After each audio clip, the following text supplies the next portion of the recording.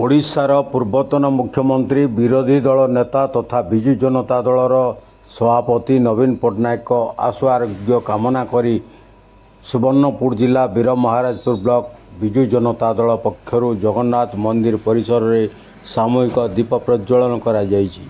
ଶ୍ରୀ ପଟ୍ଟନାୟକ ମୁମ୍ବାଇ ସ୍ଥିତ କୋକିଳାବେନ ଧୀରୁଭାଇ ଅମ୍ବାନୀ ହସ୍ପିଟାଲରେ ଆସନ୍ତା 22 ତାରିଖ ଚିକିତ୍ସିତ ହେବେ।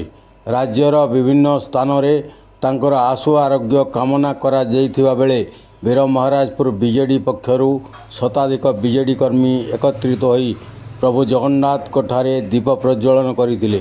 ଉକ୍ତ କାର୍ଯ୍ୟକ୍ରମରେ ଯୁବ ବିଜେଡି ସଭାପତି ନାରାୟଣ ଲୁହା, ଆଇନଜୀବୀ ପ୍ରଦୀପ କୁମାର ମିଶ୍ର, ତୁଳସୀ ଦାସ ହୋତା, ବିଭସ୍ୱତୀ ପଣ୍ଡା ପ୍ରମୁଖ ଅଂଶଗ୍ରହଣ କରିଥିଲେ। ସୁବର୍ଣ୍ଣପୁରରୁ କିଶୋର ହୋତାଙ୍କ report, the Times of Kalinga TV.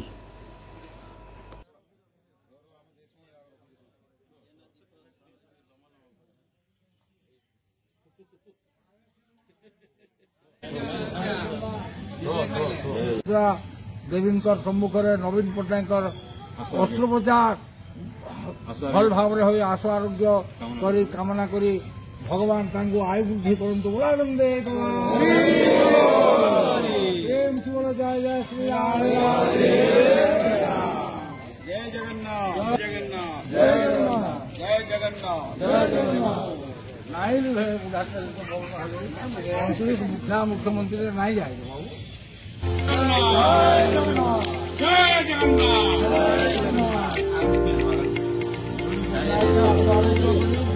Odisha Haryana